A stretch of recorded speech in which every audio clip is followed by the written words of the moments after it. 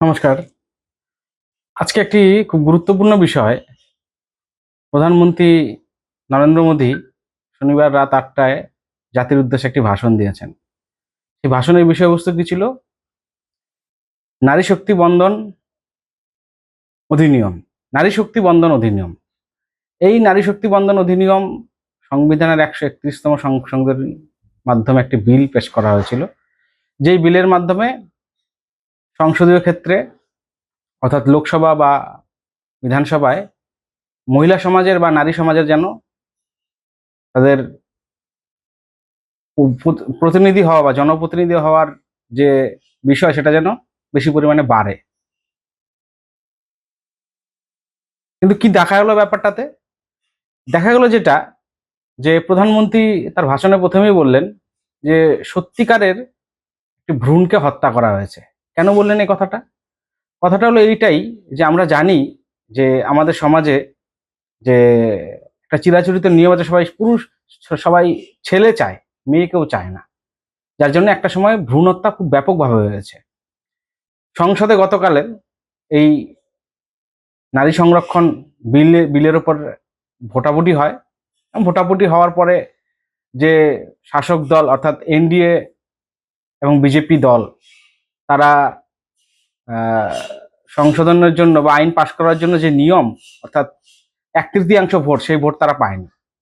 আর তাতেই বিরোধীরা খুব লাফালাফি শুরু করে দিয়েছে যে আমরা নারী সুরক্ষার বিলকে আটকে দিয়েছি। এবং তারা যেটা বলছেন যে এই নারী সুরক্ষার বিলের মধ্যে যে কথাগুলো বলা আছে সেটা হচ্ছে নারী সশক্তিকরণ হোক, বা নারী সমাজের ব্যাপক পরিমাণে নারী সমাজ থেকে প্রতিনিধি যেন উঠে আসে, যারা দেশকে নেতৃত্ব দেবেন, দেশের জন্য আইন তৈরি করবেন এবং দেশের জন্য বিভিন্ন রকম ভাবনা চিন্তা করবেন। তো এই যেই ভাবনাটা, মোদী সরকারের খুব গুরুত্বপূর্ণ বিষয় এটি। কিছুদিন আগেই প্রধানমন্ত্রী নরেন্দ্র মোদী তার নিজের টুইটারে এই নারী শক্তির বা এই নারী সংরক্ষণ বিলের ব্যাপারে উনি প্রস্তাবনা দিয়ে খুব স্পষ্টভাবে বলেছেন যে এই বিলটাকে খুব তাড়াতাড়ি কার্যকর করতে হবে। কিন্তু এই বিলটাকে কার্যকর করতে না দেওয়ার মধ্যে যেটা প্রকাশ পেল সেটা হচ্ছে কংগ্রেস, তৃণমূল কংগ্রেস, সমাজবাদী পার্টি, সিপিআইএম বা বামপন্থী যেটাই হোক না কেন, আর দক্ষিণের দলগুলো, বিশেষ করে স্ট্যালিনের দল ডি ডিএমকে। তো এই দলগুলো তারা খুবই উল্লসিত যে তারা নারী সংরক্ষণের বিলকে আটকে দিতে পেরেছে। এবং তারা কি বলছেন? তারা যেটা বলছেন সেটা হচ্ছে, আমরা ডিএলিমিটেশনের যে বিল, সেই বিলটাকে আটকে দিয়েছি। অর্থাৎ সংসদের যে আসনের পুনর্বিন্যাস হওয়ার যে কথা, অর্থাৎ জনবিন্যাসের নিরিখে যে সংসদের আসন বৃদ্ধি হওয়ার কথা, সেই বৃদ্ধিটাকে তারা আটকে দিয়েছে। কেন আটকে দিয়েছে তারা? কিন্তু এই আটকে দেওয়ার পরোক্ষে তার পিছনে কিন্তু রয়েছে যে তার সঙ্গে কিন্তু এই নারী সংরক্ষণের বিলটাকেও আটকে দেওয়া হয়েছে। আটকে দেওয়া হয়েছে মানে পাশ করতে দেওয়া হয়নি, তারা ভোট দেয়নি।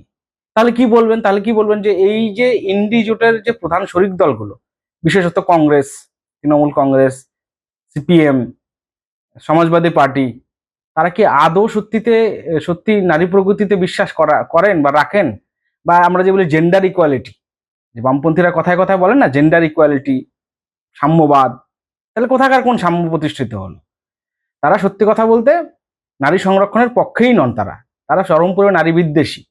তারা সমাজে পিছিয়ে পড়া বর্গের মধ্যে নারী সমাজকে এগিয়ে রাখতে চান, যে নারীরা কিছু জানার দরকার নেই, তাদের পড়াশোনা করার দরকার নেই, তারা দেশের জনপ্রতিনিধি হিসেবে নির্বাচিত হওয়ার দরকার নেই, তারা কোনো রকম কোনো কাজে তারা যাতে এগিয়ে না থাকে, এটাই চায় এই বিরোধীরা।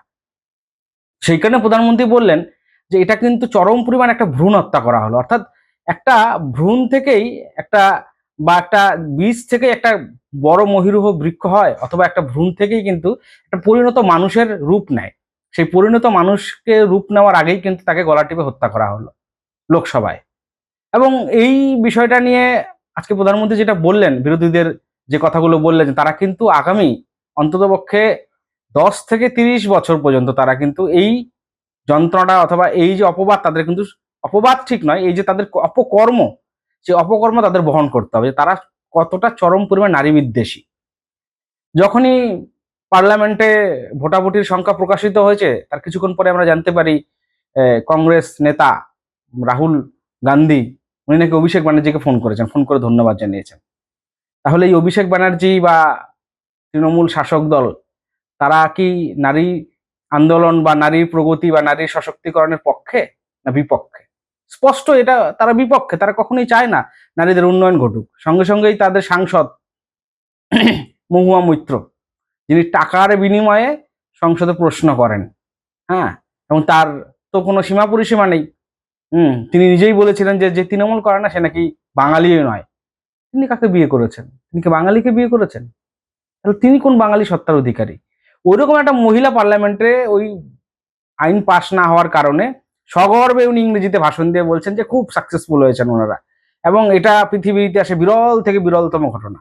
বিরল থেকে বিরলতম ঘটনা এই কারণেই যে আপনারা কতটুকু পরিমাণে নারী বিদ্বেষী সেটাই এখানে প্রকাশিত হয়েছে, প্রমাণিত হয়েছে।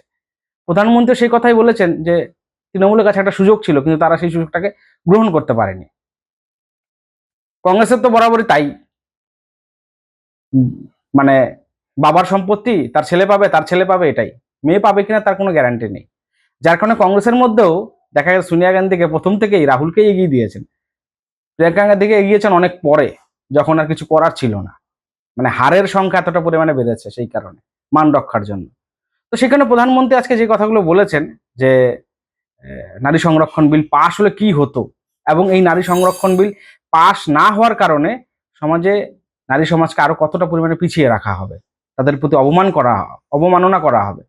তো কাজেই আমরা যদি দেখি যে সমাজবাদী পার্টি সমাজের জন্য ভাবেন, তারা সমাজের জন্য এত কল্পনা করেন, তাদের এই সামাজিক ন্যায়ের প্রতি কি ভাবনা চিন্তা। তৃণমূল কংগ্রেস তারা তো গণতন্ত্র গণতন্ত্র নিয়ে খুব চাচায়, তাদের পকেটে সবসময় সংবিধান থাকেই একটা করে। তাহলে সাংবিধানিকভাবে যেখানে স্বামী নারী নারী পুরুষের সমানাধিকারের কথা বলা হয়েছে, সেখানে তাহলে কেন নারী বিল বা মহিলা বিল কেন পাশ হবে না, কেন পাশ করেনি তারা? আর বামপন্থীদের কথা ছেড়েই দিন, ওদের কথা। তারা তো ঘোরতর সাম্যবাদে বিশ্বাসী, কিন্তু তারা যে কতটা মানে জেন্ডার ইকুয়ালিটিকে মানে বারবার তাদের নিজস্ব বক্তব্য দিয়েই বারবার সেটা খণ্ডন করে, অর্থাৎ তারা নিজেদের কথা বলেই আবার নিজেরা সেই কথা থেকে ঘুরে যান, তারই প্রমাণিত হয় এটা। তো সেই কারণে আজকের এই প্রধানমন্ত্রী নরেন্দ্র মোদীর বক্তব্যটি ভীষণই গুরুত্বপূর্ণ, যে উনি যেভাবে বলেছেন সারা দেশকে অন্ততপক্ষে উনি বোঝাতে পেরেছেন যে নারী সুরক্ষা বা নারী সংরক্ষণ বিলটি কতটা প্রয়োজন ছিল। এবং সেই সঙ্গে এটাও যে দেশের জনসংখ্যা যেভাবে বেড়েছে, জন ঘনত্ব যেভাবে বেড়েছে, জনসংখ্যার বিন্যাস যেভাবে বদলে গেছে, তাতে কিন্তু লোকসভার আসনের কিন্তু পুনর্বিন্যাস অবশ্যই প্রয়োজন। কারণ 1947 সালে যে জনসংখ্যা ছিল আর আজকে 2025-এ যে সংখ্যা, তা কিন্তু সেই জনসংখ্যা নেই। তো সেই কারণে যে জনসংখ্যা যেহেতু নেই, জনসংখ্যার যেহেতু একটা বিশাল পরিবর্তন ঘটেছে, ডেমোগ্রাফি বদলে গেছে, যার কারণে প্রতিনিধিদের পরিমাণে সেই পরিমাণ বাড়ানো উচিত, এবং তাদেরকে সেভাবে সংসদে আইনের কথা বলতে হবে বা বিভিন্ন দাবি দেওয়ার কথা বলতে হবে, এবং বাজেট বরাদ্দ করতে হবে। একটা ঘরের মধ্যে যে কতজন লোক আছে সেটা যদি ভালো করে না জানতে পারে, এবং লোক পিছু যদি আমি কতগুলো লোক লাগাবো সেটা যদি আমি না ঠিক করতে পারি, তাহলে কখনোই কিন্তু কোনো একটা দেশের উন্নতি হতে পারে না। তো সেই কারণে প্রধানমন্ত্রী আজকে যে কথাগুলো বললেন ভীষণই গুরুত্বপূর্ণ, আর সত্যি কথা বলতে পশ্চিমবঙ্গের প্রেক্ষাপটে আরো বেশি গুরুত্বপূর্ণ।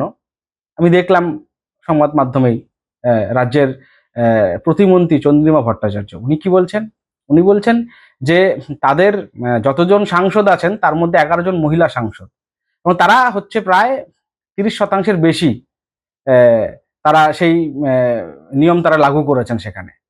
আমি তো আরেক ধাপ এগিয়ে বলবো যে মাননীয়া চন্দ্রিমা ভট্টাচার্য মহাশয়া, আপনি কি জানেন না রাজ্যের মুখ্যমন্ত্রী স্বয়ং একজন মেয়ে বা মহিলা, তার হাতেই সবকিছু, কিন্তু তারপরেও রাজ্যে কেন তো ধর্ষণের ঘটনা ঘটছে, আরজি কর ঘটনা হোক বা কামদুনির ঘটনা হোক, হাঁসখালির ঘটনা হোক, সাউথ ক্যালকাটা ল কলেজের ঘটনা হোক, হ্যাঁ, নানান জায়গায় যে সমস্ত ঘটনাগুলো ঘটছে, বা খবরের কাগজের পাতা খুললেই রোজ ধর্ষণের কথা হয়, মহিলা নির্যাতনের কথা উঠে আসে। এবং ইভেন আপনার দলের লোকেরাও বারবার এই কথাগুলো বলেছেন যে তারাও তৃণমূলের বিরুদ্ধে এরকম নারী বিদ্বেষী আচরণ করে, সেই প্রমাণও পাওয়া গেছে। তো কাজে আপনি যদি অপরের দিকে আঙুল তোলেন, তো তাকে আগে তো আপনার নিজেদের ঘরকে দেখতে হয় যে আপনি কি করেছেন। সত্যিই তো রাজ্যের একজন মুখ্যমন্ত্রী যদি মেয়ে হয়ে রাজ্যে সংবিধান অনুযায়ী যদি নারী সুরক্ষার বিলকে সমর্থন না করেন, তাহলে এটা দ্বিচারিতা, সাধারণ মানুষের সঙ্গে প্রবঞ্চনা। আপনারা তো অভয়া বিল পাশ করেছিলেন না বিধানসভায়, তার কি ফল দাঁড়িয়েছে, তার কি ফলাফল দাঁড়িয়েছে? আপনারা এখনো ভালো করে বলতেই পারেননি, বা এখনো আপনারা ভালো করে প্রমাণই করতে পারেননি, বা আপনাদের সেই প্রশাসনের ব্যবস্থার মধ্যে সেই কাঠামোটাই উঠে আসেনি যে অ্যাকচুয়ালি আরজি করে অভয়ার মৃত্যুর মূল কারণ কি ছিল। তো এই সবটা মিলিয়ে যেহেতু প্রধানমন্ত্রী নরেন্দ্র মোদী আজকে বলেই দিয়েছেন যে এটা একটা ভ্রূণ হত্যার মতো ঘটনা ঘটেছে, এবং আগামী আগামী অন্ততপক্ষে 30 বছর পর্যন্ত কংগ্রেস প্লাস ইন্ডিজোট, Trinamool Congress, CPIM, CPM, DMK, Samajwadi party, সমস্ত দলকেই এই কিন্তু কলঙ্ক বহন করতে হবে। তারা কিন্তু লোকসভায় একটি ঐতিহাসিক কলঙ্কজনক অধ্যায় তৈরি করেছেন যে তারা অত্যন্ত নারী বিদ্বেষী আচরণ করেছেন এবং তারা অত্যন্ত মহিলা বিদ্বেষী আচরণ করেছেন। তারা কোনোভাবেই নিজেদের রাজনৈতিকভাবে কাজ করতে গেলে এই কথা তাদের সম্মুখীন হতেই হবে। মানুষ কিন্তু তাদের কাছে জবাব চাইবেই।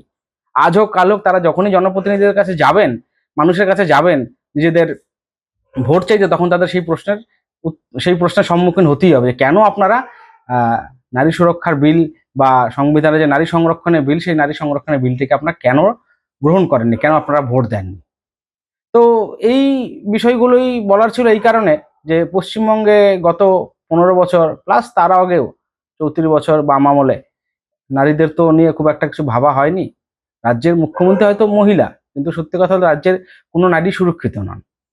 তারা রাত্রি 8টার পরে বাড়ি থেকে বেরোতে পারেন না বলে ফরমান জারি হয়, ধর্ষণের দাম নির্ধারণ করা হয়। তো সেই কারণে আমরা সত্যি কথা বলতে যে তৃণমূল কংগ্রেসের একদম আসল চরিত্র প্রকাশিত হয়েছে। এবং প্রধানমন্ত্রী নরেন্দ্র মোদীও বললেন যে তৃণমূল কিন্তু খুবই এটা মানে তাদের জন্য অন্তত ভালো কাজ করেনি। তারা কিন্তু জনগণের কাছে এই প্রশ্নের উত্তর দিতে অত্যন্ত দায়বদ্ধ থাকবেন। তো আজকের এই প্রতিবেদন এই পর্যন্তই থাক। আবার আরেকদিন আরেক প্রতিবেদন নিয়ে উপস্থিত হবো। নমস্কার।